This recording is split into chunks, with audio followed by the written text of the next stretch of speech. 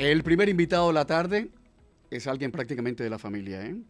Pedro Corzo, periodista, escritor, notabilísimo analista de la situación cubana. Señor Corzo, anuncian nuevas medidas contra el régimen y por lo menos leo que hay 4 empresas que están relacionadas de alguna manera con mecanismos para evitar sanciones, evadir sanciones de Estados Unidos. La verdad es que yo pensaba que ya no quedaba títere con cabeza y que habían estructuras en el régimen cubano que ya no lograban evadir las sanciones. Estoy equivocado una vez más. Adelante, Corso, buenas tardes. Muy buenas tardes, Camilo, y gracias por esa presentación. Mira, a mí me encanta que sancionen a las dictaduras, ya sea la de Cuba o la semidictadura de Vladimir Putin. Me encanta, lo encuentro bien y positivo. Pero las sanciones, hasta ahora se ha podido apreciar que no limitan realmente las actividades de los líderes políticos que pretenden imponer sus criterios, ya sea a través de la política o a través del ejercicio militar. No veo que las sanciones produzcan, para ser más concreto, la caída de gobiernos. Las sanciones limitan en algunos aspectos la capacidad operativa de una entidad, quizás de un gobierno y particularmente de un sujeto cuando están orientadas a personalizarlas. Pero realmente no logran el objetivo que todos nosotros queremos. En el caso de Cuba, el fin, la caída de la dictadura. Coincido plenamente con usted, aunque nadie me ha preguntado mi opinión, pero yo meto la cuchareta porque pago mis impuestos. Recordemos algo, ¿eh? Hay que decir algo, Pedro. Las sanciones suelen funcionar en la sociedad contemporánea como una especie de boomerang, porque al final el sancionado puede salirse con la suya. Recordemos lo que pasó con Irak, que al final la gente decía, ojo, pero quien está pagando el plato roto no es Saddam Hussein, es el pueblo de Saddam Hussein que cada día está más empobrecido y pasa más hambre. Mira, tú sabes que yo no lo miro desde esa perspectiva y no quiero aparecer como una persona inhumana.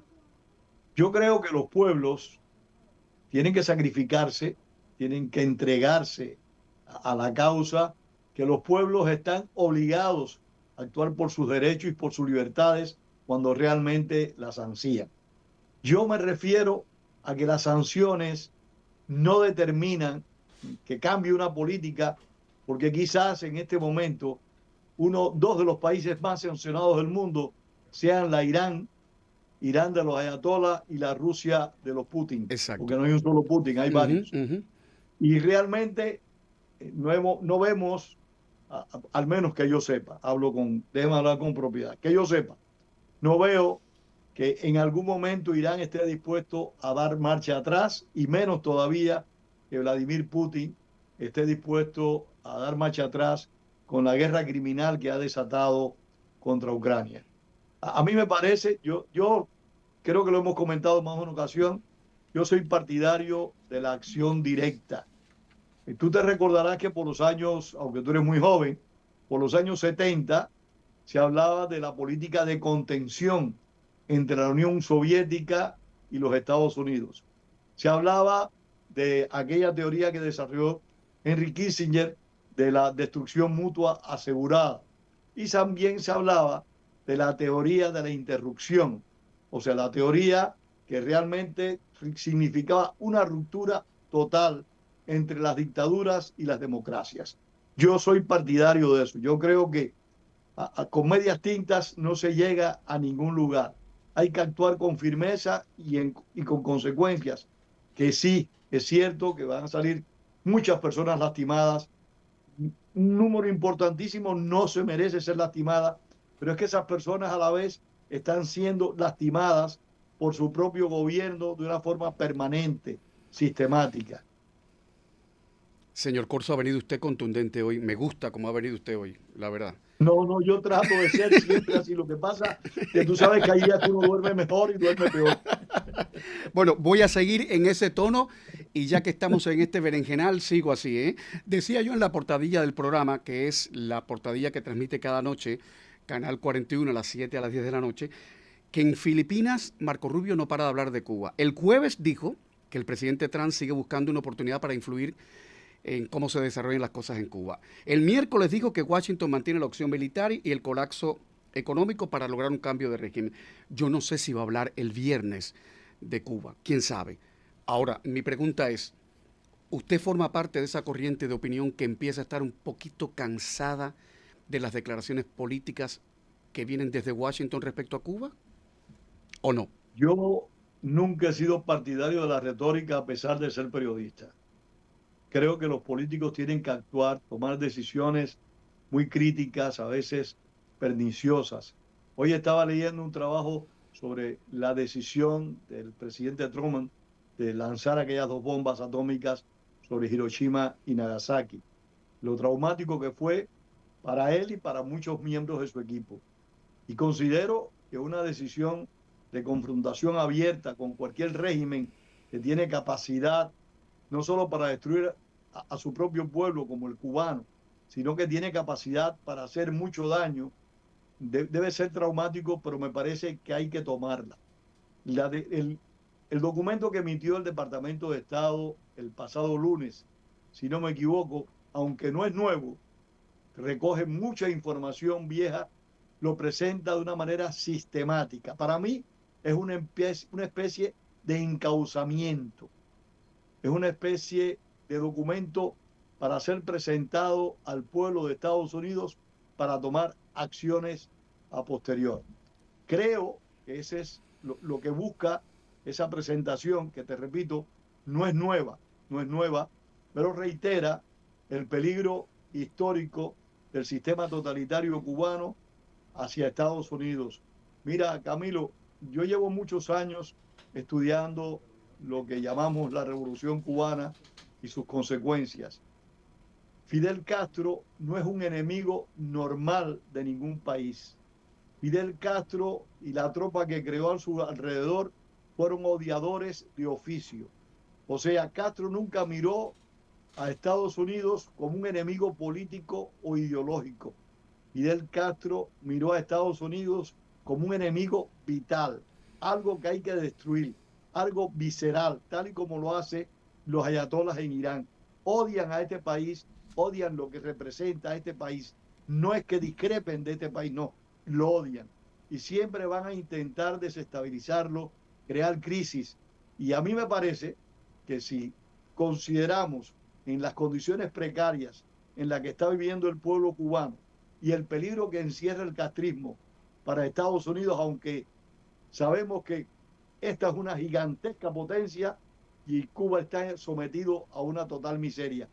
Pero eso no le quita el peligro que significa para Estados Unidos. No sé si recordarás que por allá, por el año 2002, Fidel Castro dijo en Teherán algo que había dicho en la Universidad de La Habana varios años antes. Cuba e Irán pueden ser un cordero envenenado para los Estados Unidos. Vaya frase, ¿no? Y yo creo que el castrismo es eso, el castrismo es veneno puro. Usted sabe lo que me llamó la atención de este documento al que usted hace referencia, en que por primera vez, al menos yo lo veo así, por primera vez, alto y claro se ha dicho, Cuba se dedicó de alguna manera a usar a los hijos de Occidente para torpedear la cultura occidental. Estamos hablando ya de un tema de, no solo de Estados Unidos, es Occidente, el Occidente judeocristiano que conocemos, la cultura judeocristiana occidental. Eso no se había dicho antes, se hablaba de la exportación de la revolución, de la guerrilla, pero esto es una perspectiva mucho más global y que había que decirlo, de alguna manera. Por eso te decía que a mí me parece un encauzamiento, porque es que el gobierno castrista mira a Estados Unidos como el símbolo, como realmente lo es, de una forma de vida que ellos rechazan, que ellos no entienden y que ellos creen que es necesario destruir. Es algo religioso. Te cuento una breve anécdota sin robarte mucho No, tiempo. venga. Por los años 60 estaba yo preso en la cárcel de Manacas, ya habíamos llegado a Isla de Pinos, y estaba sentado en el patio ya un hombre que en la actualidad hubiera sido más joven que yo, pero en aquel momento me llevaba a mí tranquilamente 30 años. Y me dice, Pedro, ¿qué tú crees del castrolicismo? Él se llamaba Fundora, había ingresado clandestinamente en Cuba para derrocar la dictadura. ¿qué tú crees del castrolicismo? Y le digo, ¿qué cosa es, Gerardo, eso del castrolicismo? Me dice, lo que tenemos en Cuba. Castro es castrólico. Esto, Pedro, es una religión. Y yo me puse a reflexionar con eso que me explicó, y es verdad. Castro instrumentó un tipo de religión particular y algunas religiones no perdonan, tú lo sabes muy bien. Algunas religiones entienden que hay que destruir a quienes no profesan esa identidad en el orden religioso. Lo entienden así y el castrismo es una religión agresiva, destructiva, y hay que prepararse para eso o destruirlo. No voy a repreguntar porque me quedó claro lo que usted piensa de las declaraciones políticas, pero retomo el tema de alguna manera. Eh, Cuando Daniel Ortega le dio ese ataque súbito de querer parecerse a Luis XIV, pero en plan pobre, paupérrimo, cutre, y decir, aquí no va a haber más elecciones, vaya pues, enseguida el Departamento de Estado dijo, ojo, estamos siguiendo de cerca lo que pasa en Nicaragua y no nos vamos a quedar de brazos cruzados. Mi pregunta es, ¿ahora también van a focalizarse en Nicaragua cuando ni siquiera han podido resolver el tema de Irán y está por el medio el tema de Cuba y el tema de Venezuela? Yo no sé si los políticos deberían estar más calladitos o ser más mesurados a la hora de hacer declaraciones públicas, pero esta impenitencia, esta incontinencia verbal, a mí me está confundiendo, ¿eh? Yo creo que a todos nos confunde, pero me parece también que, que esta declaración sobre Nicaragua refleja un interés muy particular. Y es que Nicaragua es un sistema político insoportable para el pueblo nicaragüense, pero es una amenaza para todo Centroamérica. Y yo creo que lo que hizo Daniel Ortega es repetir, reiterar lo que hizo Fidel Castro en el año 59. Recordarás, no las viviste, pero sí lo tienes que haber visto. Aquellas miles de personas gritando con pancartas, elecciones, ¿para qué? Daniel Ortega ha repetido ese comentario de Fidel Castro hecho hace 67 años atrás. Daniel Ortega es otro déspota y yo creo que se debería también actuar en consecuencia contra ese déspota, pero también miro lo que acabas de decir. No se pueden sostener enfrentamientos en varios frentes a la vez. Es muy complicado, es muy difícil. Venezuela, como bien dijiste, está inconclusa. Cuba es un proceso abierto y abrir otro proceso en Nicaragua, conociendo la difícil situación con Irán, que yo no logro entenderla, pues realmente es complejo, muy complejo. ¿Usted se acuerda de aquella frase de Somoza es un hijo de su madre, pero es nuestro hijo de su madre? No lo puedo decir. Nuestro hijo de su madre, dicha por Franklin Delano Roosevelt, por un hombre que son las cosas, las contradicciones de este gran país, o mejor dicho, no de este gran país, el país no tiene nada que ver con eso, de los líderes políticos de este país. El hombre más anticolonial, el hombre que más contrarió al imperio británico, que más dificultó el restablecimiento de la fuerza del imperio británico, tenía también súbditos en América Latina, pero entendía y comprendía las estrategias de Joseph Stalin. Yo estoy también confundido, Camilo. La traigo a colación, don Pedro, porque me pregunto, Muy oportuna. ¿no? Digo, ¿por qué le dieron tanto aire a Daniel Ortega todos estos años? O sea, lo mismo que hicieron con Fidel Castro, lo hicieron con Daniel Ortega las sucesivas administraciones republicanas y demócratas en Estados Unidos. Mi pregunta es, ¿no ha habido una verdadera vocación política de sacar del juego a los tiranos en América Latina? ¿Sí, cierto o falso? Ha existido una complicidad muy grande. ¿Pero por Mira, qué? ¿Por qué? ¿Qué ganaban con eso los políticos en Washington? yo no sé qué es lo que ganaban y no creo que fueran solo políticos. Hay algo que podemos apreciar en este país en los últimos años y es un surgimiento de una izquierda militante, de una izquierda muy activa que yo considero sumamente peligrosa, porque no es una izquierda que quiera justicia social, no, no, no, es una izquierda que quiere cambios estructurales en los aspectos económicos y políticos. Al menos yo lo miro desde ese ángulo y considero eso extremadamente peligroso para el futuro de este país. Y aquí ha habido una clase política, un núcleo intelectual muy poderoso que a través de los años ha defendido los discursos de la extrema izquierda. ¿Recuerdas el famoso libro del Cuarto Piso? Sí, claro. Uh-huh. Ese libro, para tus televidentes, reflejaba bien claro de que había un piso, ese cuarto piso, en el edificio, en la sede del Departamento de Estado, que estaba lleno de personas que servían más bien a los intereses de la Unión Soviética que a los intereses de Estados Unidos. Y que venían de la academia, muchos de ellos, del mundo académico. No, todos venían de la academia, si mal no recuerdo. Y sabe bien que el gobierno cubano en los últimos años ha tenido mucho éxito en espiar este país porque desde el principio ellos introdujeron a sus gentes en las academias. Siempre lograron colocar, ejercer influencia en la academia estadounidense para ejercer influencia en los futuros gobernantes. Es algo parecido a lo que escribió Oriana Fallaci en los años 60. Ser viejo tiene sus ventajas. Es lo que escribió Oriana Fallaci en los 60 o los 70. Las mujeres árabes son las que van a conquistar a Europa con los vientres. Y lo estamos apreciando, lo estamos viendo. Por cierto, en este país en estos momentos cuando se habla de eso, algunos dicen, ojo, es la reacción natural al discurso cerril, agreste de la extrema derecha ultraconservadora. Pero eso no justifica del todo o no explica del todo el fenómeno de los socialistas demócratas, digo yo, porque además no van como un tercer partido, sino que forman parte del Partido Demócrata. Y yo no entiendo por qué el Partido Demócrata le dice, oye, stop, que nos están haciendo daño.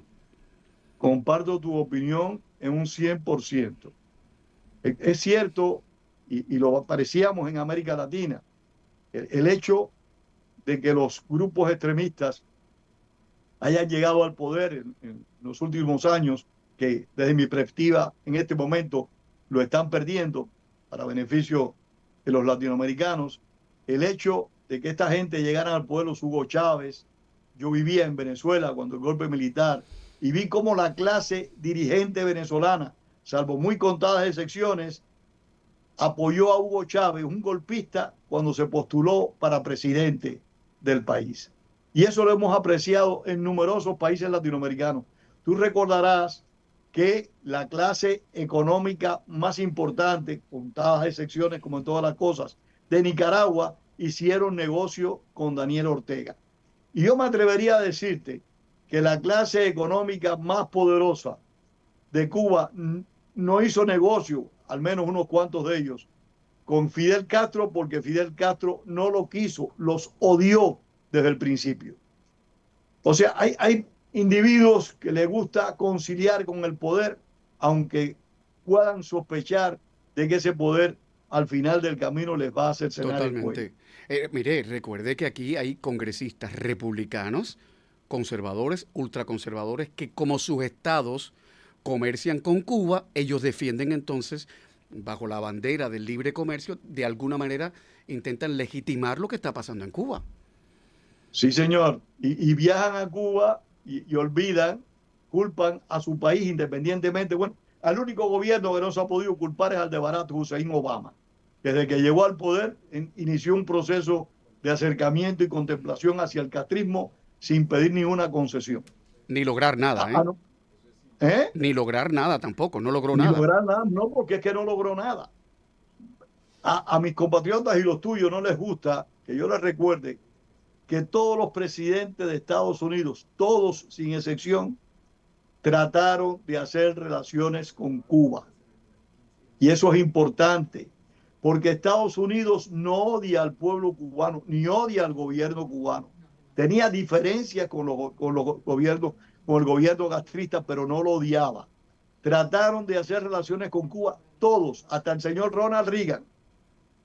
Todos lo intentaron. El señor Donald Trump, hasta el otro día, la organización Trump estuvo inscrita en los récords comerciales del gobierno cubano. por las Bueno, ahí tentativas tiene de un hacer punto. negocio. Business is business. Por cierto, Corso, ahora que todo el No, pero mundo... permíteme Sí, decir, sí, sí, por favor. yo no estoy cuestionando los negocios porque el hecho de que yo sea incapaz de hacer un negocio no quiere decir que me disgusten, todo lo contrario. Vale. Los negocios me fascinan, pero lo que no soy capaz de hacerlo.